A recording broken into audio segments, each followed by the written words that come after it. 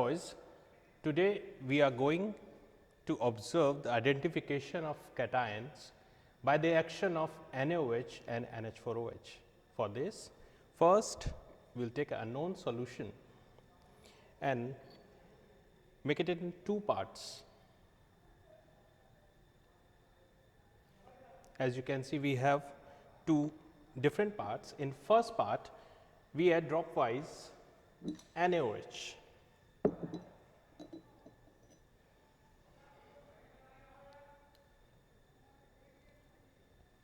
As you can see, when we add dropwise NaOH, we have a white chalky precipitate.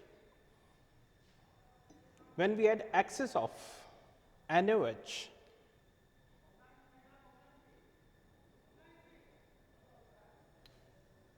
and mix it. Now you can see we have white chalky precipitate which is soluble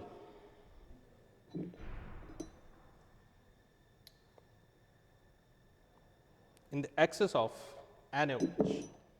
Now when we add excess of NaOH in above solution,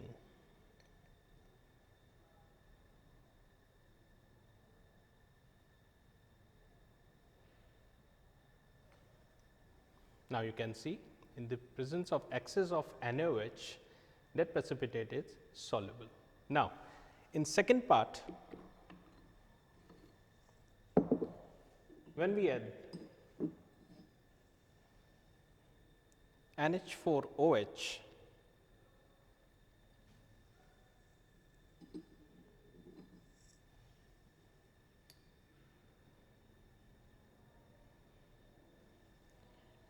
a white chalky precipitate, as you can see,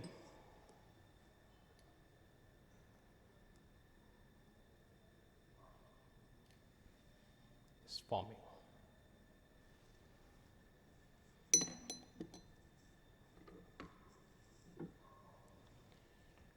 In this precipitate, when you add excess of NH4OH, let us see what happens.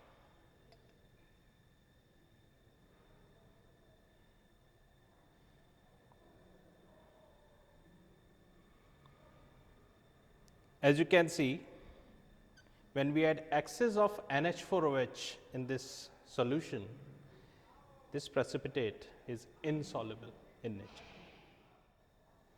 As you can see, on the basis of observation, this unknown solution contain lead cation.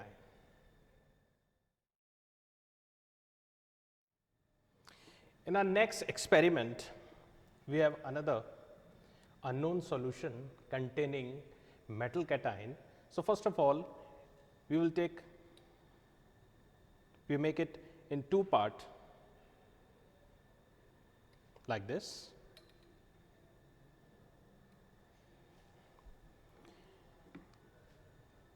In first test tube, we add dropwise NaOH. Let us see what happens.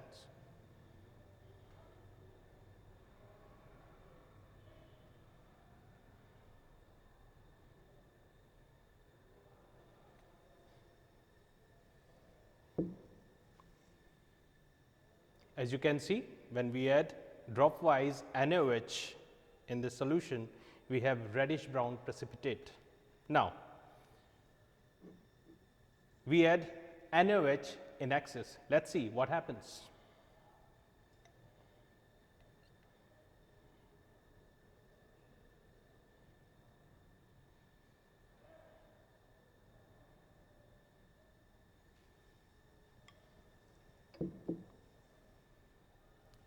When we add excess of NaOH in this solution, you can see we have insoluble reddish brown precipitate.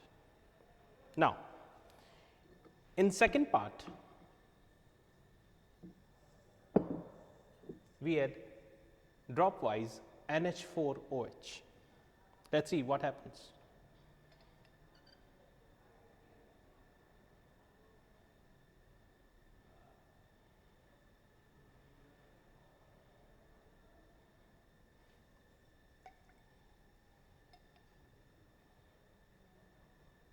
As you can see, when we add NH4OH dropwise, we have reddish brown precipitate which is insoluble in nature. Now, we add in axis. When we add NH4OH in axis, let us see what happens.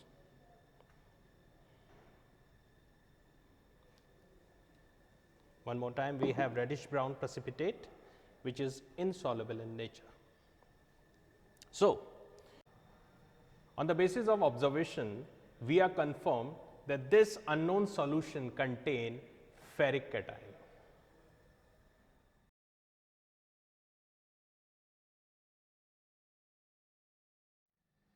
Okay boys, we are going for our next experiment. So, same process we will follow. First, we will make 2 parts of the given unknown solution.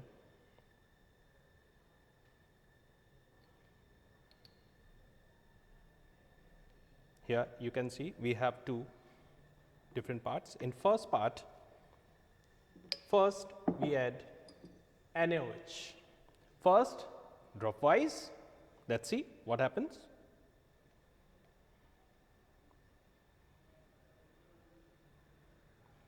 As you can see, on adding NaOH dropwise, we have dirty green precipitate which is insoluble in nature. Now, next step, we add NaOH in axis. Let us see what happens.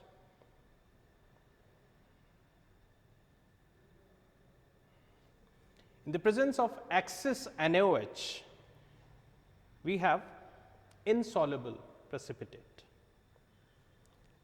Let us go for second part. In second part, we add NH4OH. Let us see what happens. First, dropwise.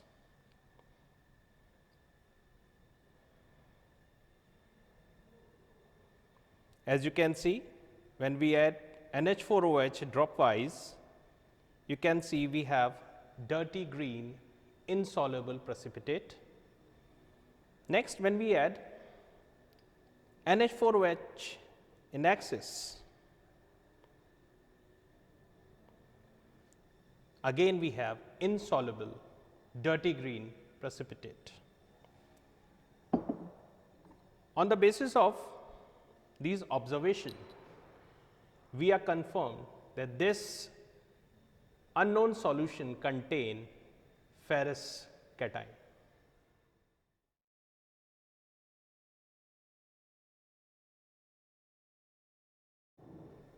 Okay boys, let us do our next experiment. Again, we will make 2 parts of unknown solution like this.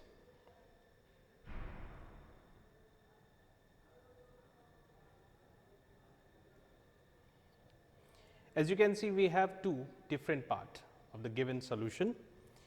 In first part, we add NaOH first dropwise and then in axis.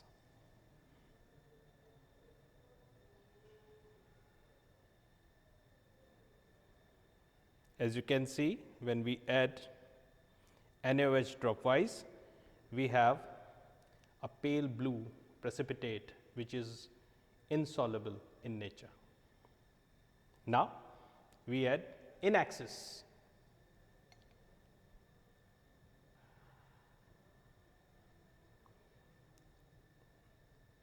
As you can see, when we add NaOH in axis, when we mix it, we have insoluble pale blue precipitate. Now, in second part, we add NH4OH first dropwise and then in axis. So, first dropwise. Let us see what happens.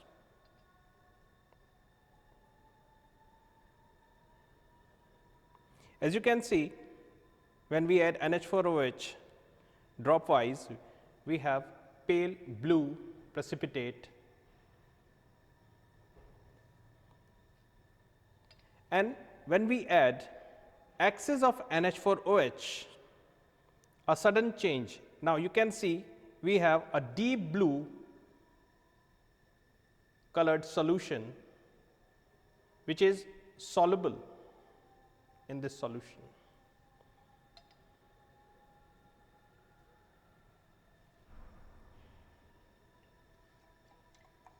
This is the effect of excess of NH4OH. We have a deep blue color solution. So, on the basis of observations, we are confirmed that this unknown solution contain cupric cation.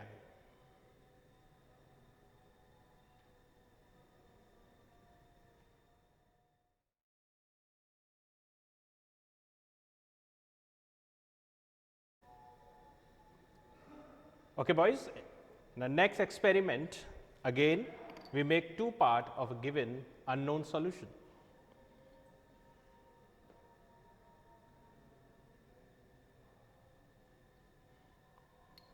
Here you can see we have two parts. In first part, we add NaOH first dropwise and then in axis.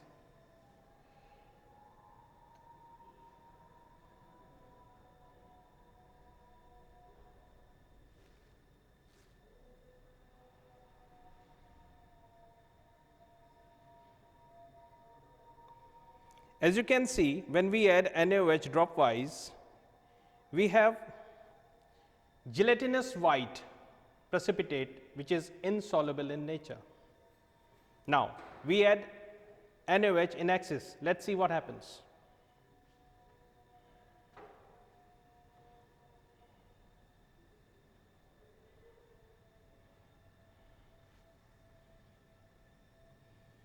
When we add NaOH in axis, we have gelatinous white precipitate which is insoluble in nature. Now,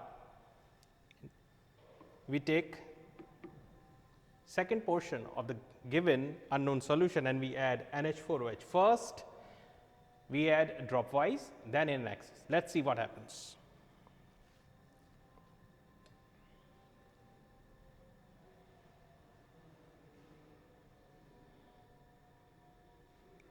As you can see, when we are adding NH4OH dropwise, we are getting white gelatinous precipitate. Now, we add NH4OH in axis.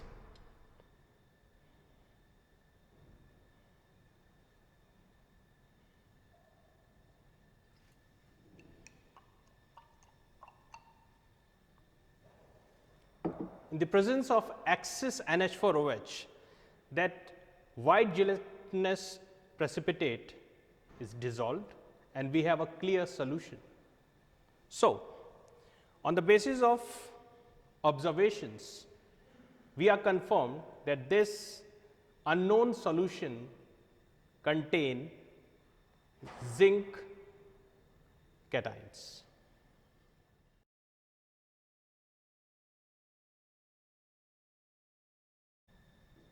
Okay, boys, for our next experiment, in a dry test tube, we take a small quantity of unknown salt.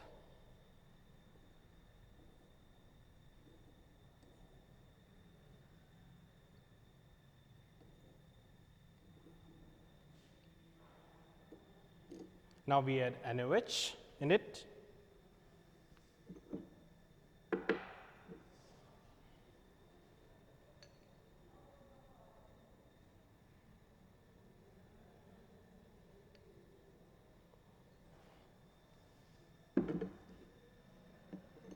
Now, we heat this mixture. Let us see what happens.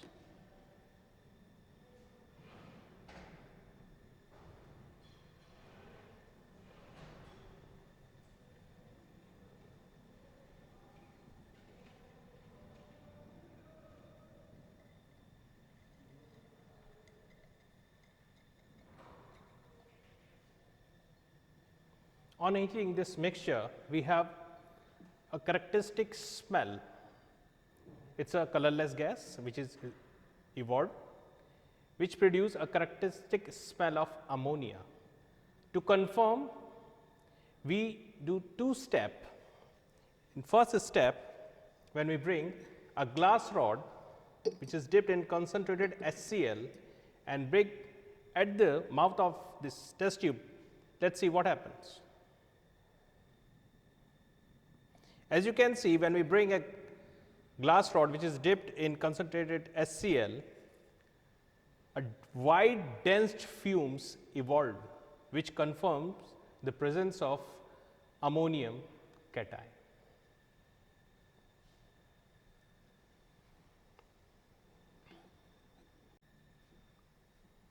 For second confirmatory test, when we pass evolved gas through Nessler reagent, let us see what happens.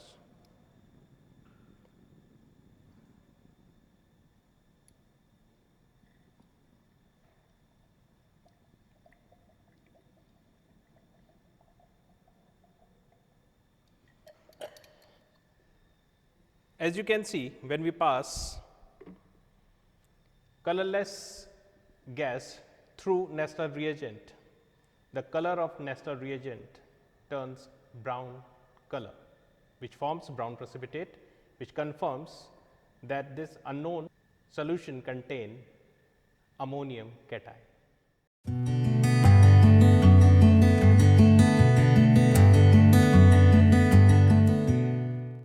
Okay boys, in our next experiment, we will observe color imparted to the flame by the salt of different metals. For this, we will follow some procedure. For this, we need a platinum wire, we need some unknown salts, we need HCl. So, first we will do, we will prepare a paste with the help of HCl and unknown salt.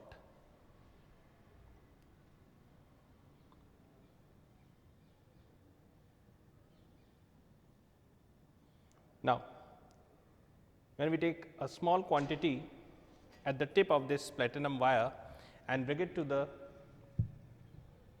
flame and we observe, let us see what happens. Now, as you can see, we have a characteristic golden yellow color, which confirms that this unknown salt contain sodium cation. When we proceed for our next experiment, when we take a small quantity of paste of unknown salt and we bring it at the contact of flame, as you can see, a violet flame appear, which confirm the presence of potassium cation. Okay, when we proceed for our next test, now we take a small quantity of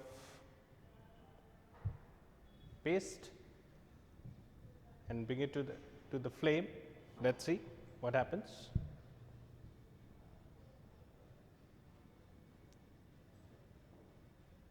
Now you can see a brick red or crimson red flame color confirm the presence of calcium cation in that unknown salt. Okay boys, let us proceed for our next test. We take some quantity and bring it to the flame. Let us see what happens. Now you can see a peacock bluish color appears, which confirm the presence of cupric cation in unknown salt. Okay boys, and in next experiment, we will see the effect of heat on the certain chemical substance. So, first we will see effect of heat on copper carbonate. Let us see what happens. We take a small quantity in dry test tube. Now, we heat this chemical substance. Let us see what happens.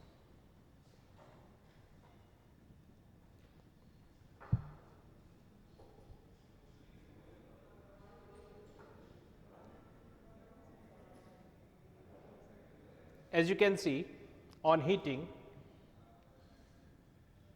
a colorless gas is evolved, you can see over here.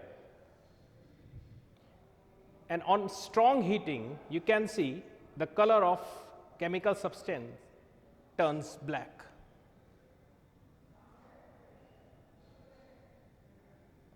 It is a colorless, odorless gas.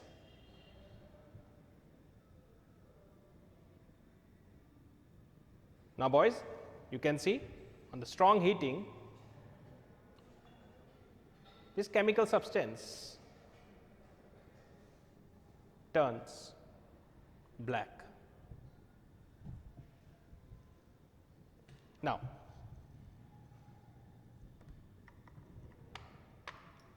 we take our next chemical substance, which is zinc carbonate.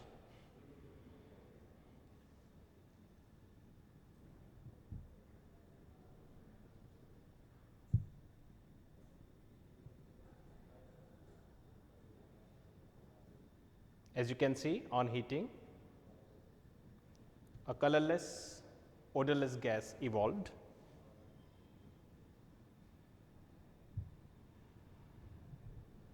You can also see on heating that chemical substance, which was white in color, now changed in yellow color.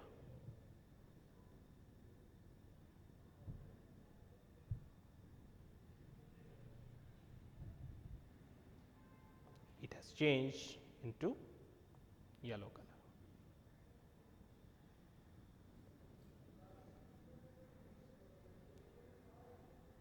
On cooling, you can see again it changes color and turns white.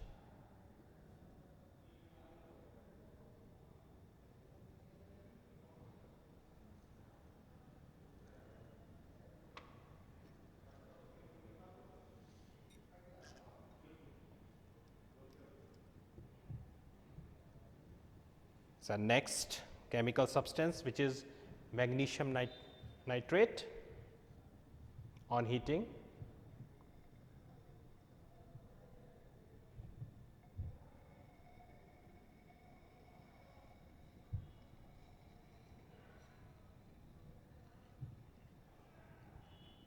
On heating, it melts and produce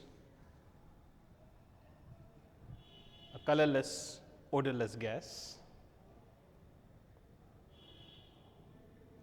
and some water droplets collected at the wall of test tube.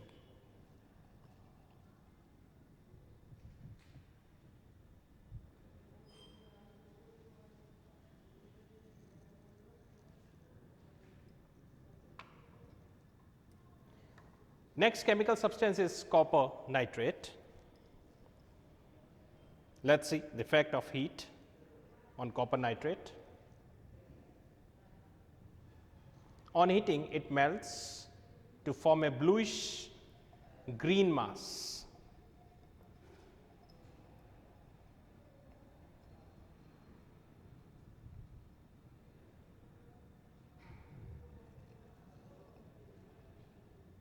And gives off a steamy vapors,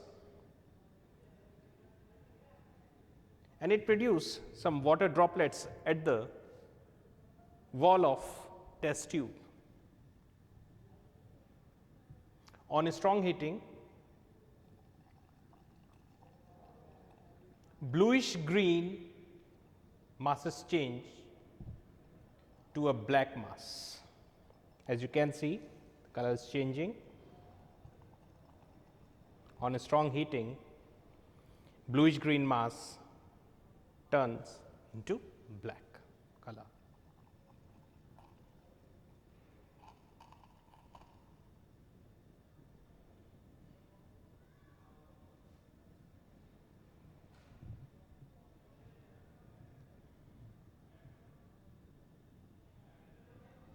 Now, our next chemical compound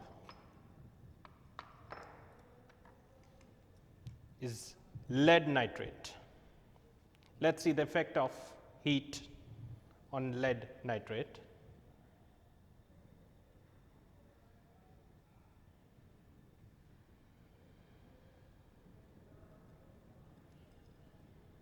On heating, it gives reddish brown gas with a cracking sound.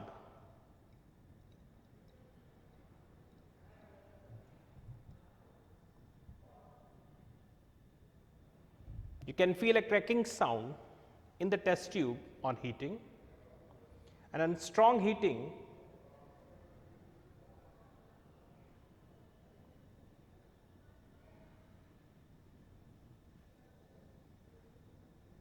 the color of chemical substance turns into reddish brown, as you can see, a reddish brown color here, and you can see reddish brown vapors in the test tube.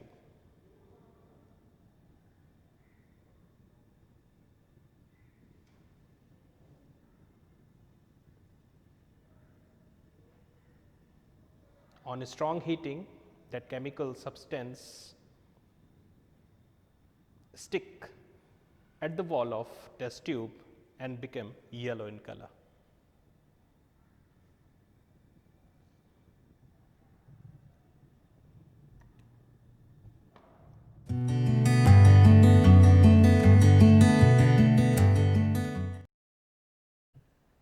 Okay boys, let us go for our next experiment. It is to observe the difference between acid and alkali with the help of indicators. So, we will see effect of acids on indicators. For this, as you can see, we have 4 different test tube filled with acid.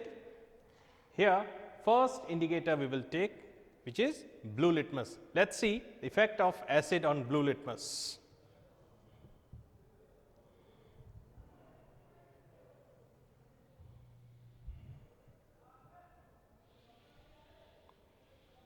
Now, you can see in the presence of acid, blue litmus turns red. Okay boys, now we will see the effect of acid on red litmus paper. When we dip red litmus to acid, now you can see there is no change in the color of red litmus paper. Now, effect of acid on phyllophthalein. You will see the reaction between phyllophthalein and an acid.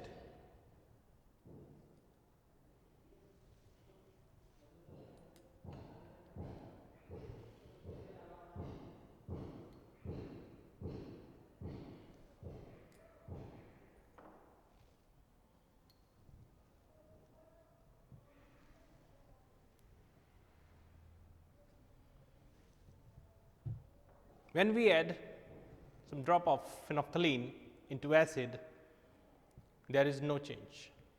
There is no change.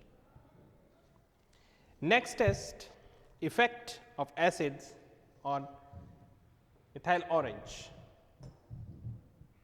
When we add few drops of methyl orange to acid, let us see what happens.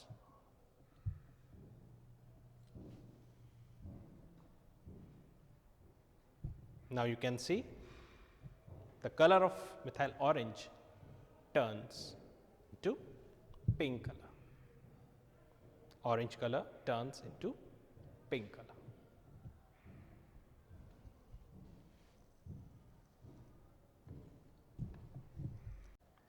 Okay boys, now we will see the effect of alkali on different indicator. First, we have red litmus. Let us see what will happen.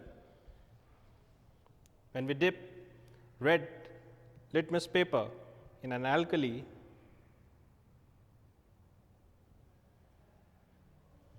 now you can see red litmus turns blue. Now, the effect of an alkali on blue litmus. When we dip blue litmus in an alkali,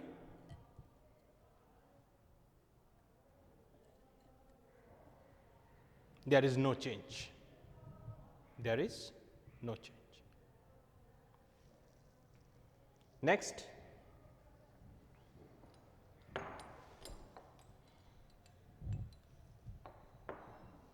as you can see, now we are adding some drops of phenolphthalein in an alkali.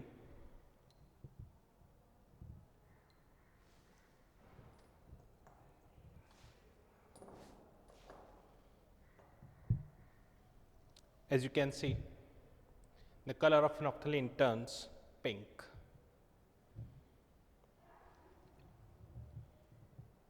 So, in the presence of an alkali, phenolphthalein turns pink in color. Now, we'll effect of an alkali on methyl orange. When we add few drops of methyl orange to an alkali,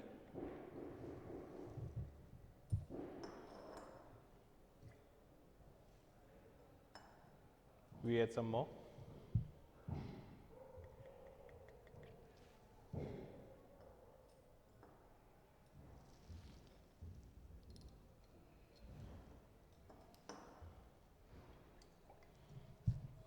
As you can see, in the presence of an alkali, the color of methyl orange turns into yellow or orangish yellow.